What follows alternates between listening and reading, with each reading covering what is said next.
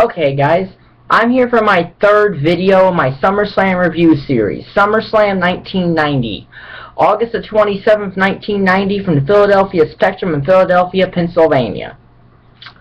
There are 10 matches on this show, so its maximum star rating is 50.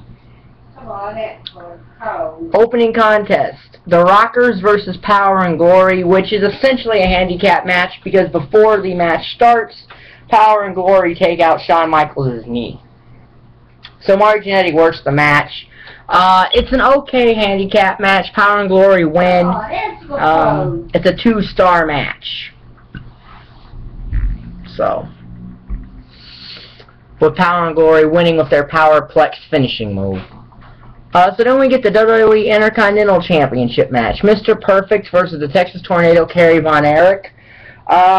1 star. I mean, it's not that good of a match, but it's not insanely horrible. Finish comes with the Tornado slingshotting Mr. Perfect in the ring post, putting on the claw hold and then Tornado punch, and then he wins the IC title. Perfect would win the title back, I think, in the a couple weeks later before Survivor Series. So, but this was, I guess it's a historical moment kind of in the WWE, but it's kind of not. So, 1 star. So then we get Sapphire versus Sensational Queen Sherry in a match that doesn't happen because it's more of an angle than anything else. Sherry wins by forfeit because Sapphire doesn't come to the ring, so this is essentially more of an angle than anything else. But since it counts as an actual match for this card, it gets no star rating because, like I said, it's not a match. It's an angle. It leads to a night-long angle about where Sapphire was. So it's more of an angle than a match, so no stars for the match because it does count as a match for this show. So then we get Tito Santana versus the Warlord. Half a star. Nothing really special. It's kind of like Tito Santana's match against the Barbarian at WrestleMania that year. I find it funny at back-to-back pay-per-views in 1990, he's wrestling both members of the former Powers of Pain tag team with Tito Santana, losing to both of them. In matches that are very similar to this. All I think is one with the Barbarian is a tad bit better, because at least Barbarian could do some stuff that was not generic big man stuff, whereas Warlord is a generic big man wrestler, so it's speed versus power.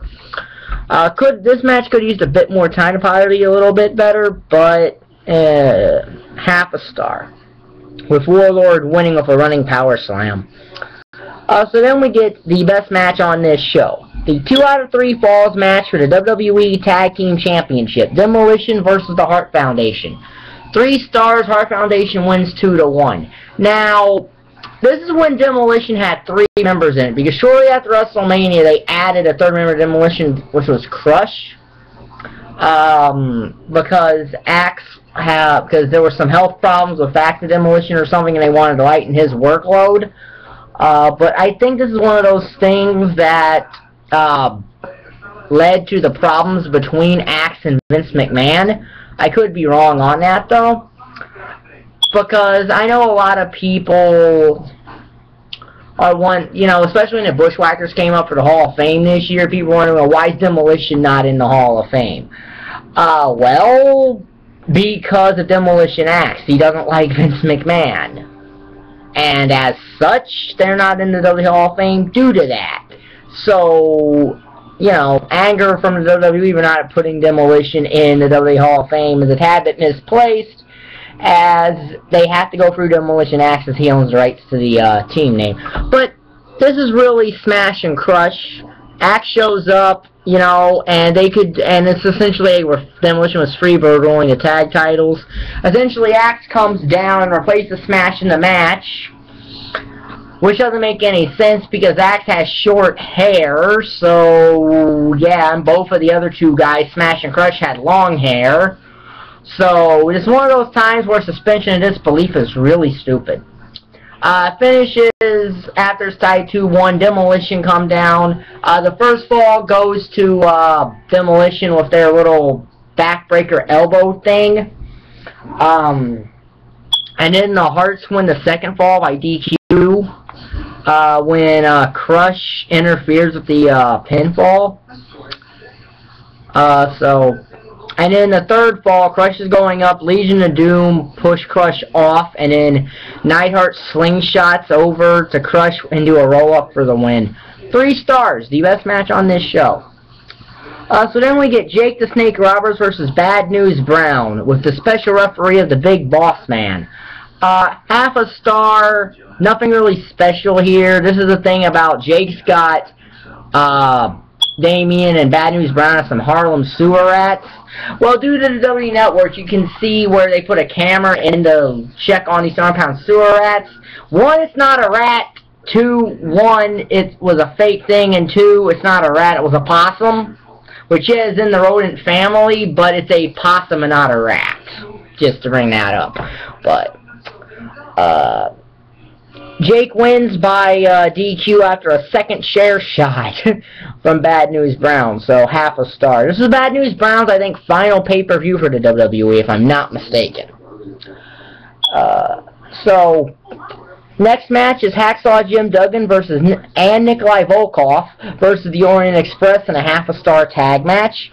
Like I said, this isn't anything special here. This match isn't anything special. Before the match, Duggan and Volkoff sing the worst rendition of God Bless America you will ever hear. Yeah, it's not that, yeah, I'd probably, rather, it's better than hearing nails on a chalkboard, but it is still the worst rendition of God Bless America anyone has ever heard. But this is a half a star tag match. Duggan and Volkoff win with Duggan's 3-point stance clothesline.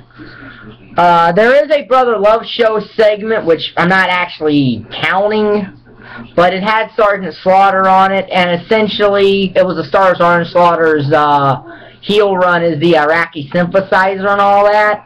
But it's not getting a rating it's not getting a star rating because it's really a TV segment.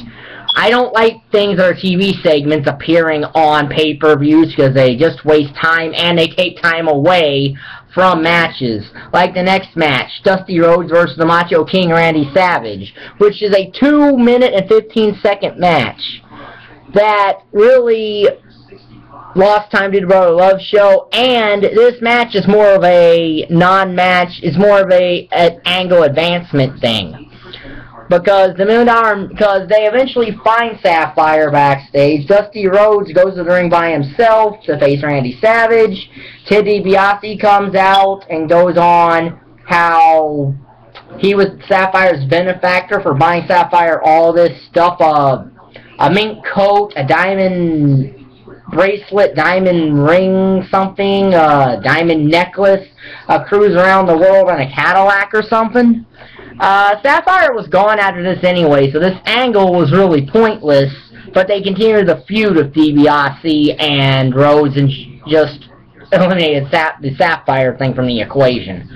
But this match could have been better if it had more time. This is a 2-minute and 15-second match, with the finish coming when Savage doesn't even use his elbow. He uses Sherry's purse, hits Dusty Rhodes with it, gets the win.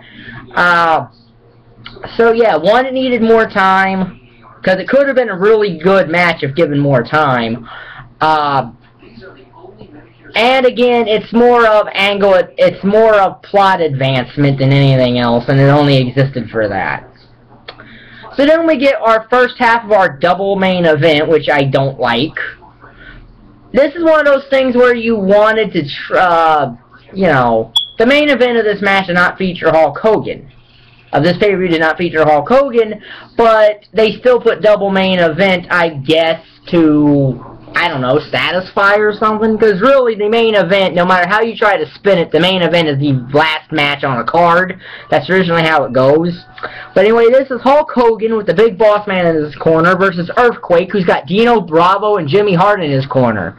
Well, at least Dino Bravo is not wrestling at this SummerSlam. In fact, he only wrestled at one SummerSlam, and that was the first one. This is a 2.5 star match. It's actually not bad. I'm giving it 2.5 stars because it gets 2 stars for the match and 0.5 star for the fact that Earthquake comes off the top rope. Which for a guy who, at the night of this event, weighed in at 400 and I believe 68 pounds, they said, is fairly impressive for a guy of that nature. Finish is they go outside. Hogan slams Earthquake on a table. Earthquake gets counted out. Hogan kicked out after, it should be noted, Hogan kicked out after 2 Earthquake splashes. So, yeah. So, yeah, the whole, and honestly, when it comes to stuff like this, is it really a surprise when you see things like the alleged, with John Cena kicking out of things like this like crazy? This is how most top stars of a territory or company are treated, is like that. So, character argument is, you know, but that's for an entirely different thing. So, 2.5 stars. So then we get the actual main event. A steel cage match for the WWE Championship. The Ultimate Warrior versus Ravishing Rick Rude. 2 stars. This is actually what I think is their weakest of their 3 matches. Now, I think that they had good matches against each other. I think Rude brought out a lot in the Warrior and brought out Warrior's best. But this is their weakest of their 3 matches that they had, bar none. This is also, I believe, Ravishing Rick Rude's final pay-per-view appearance for the WWF, because I know he's not at Survivor Series 90, which is the next one, so I think he had left between here and there, and this one. And Roddy Piper's commentary, this whole show's good, because he's basically a unique color commentator, because he brings up stuff about faces and heels, like in this match. If you have the DVD, because I think they edited this out of WWE Network or they replaced the line, Warrior does his little thing where he's over in the corner or ropes and he's doing his little march thing, and he's going to go ram himself into Rude, and Piper asks what's he doing, and then he misses, and Piper goes, oh, that's what he's doing, missing. Yeah, that's the kind of thing that made Roddy Piper a really unique commentator. So, yeah, because, in fact, Piper commentated this pay-per-view and then the next 2 straight, Survivor Series and the Royal Rumble, so they were, I guess, trying him out as Jesse Ventura's replacement, since Ventura had left right after WrestleMania 6, I do believe, to pursue other interests. But yeah, this is one of those cage matches where you can win by escape or by pinfall. I wish it would just be by escape, because I don't think pinfalls belong in cage matches, but I understand why they're there. I just wish they'd go back to escaping the cage. Warrior wins by escaping the cage and retains the WWE Championship. 2 stars. So out of 50 total stars, this gets a 12.5. So, sadly, after 2 fairly good SummerSlams that both got a C-, and were both very close to being a C, this takes a step backwards and goes down to a D, a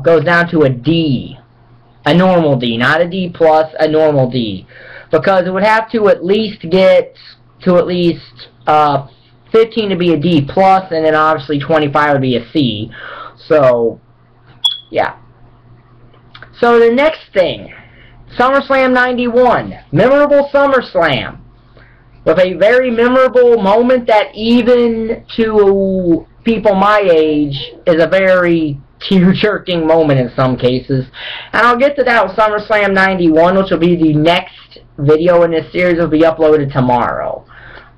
So this will be in the SummerSlam Review Series playlist. If you like the video, like button is down there, subscribe button is down there, and thank you for watching. Bye.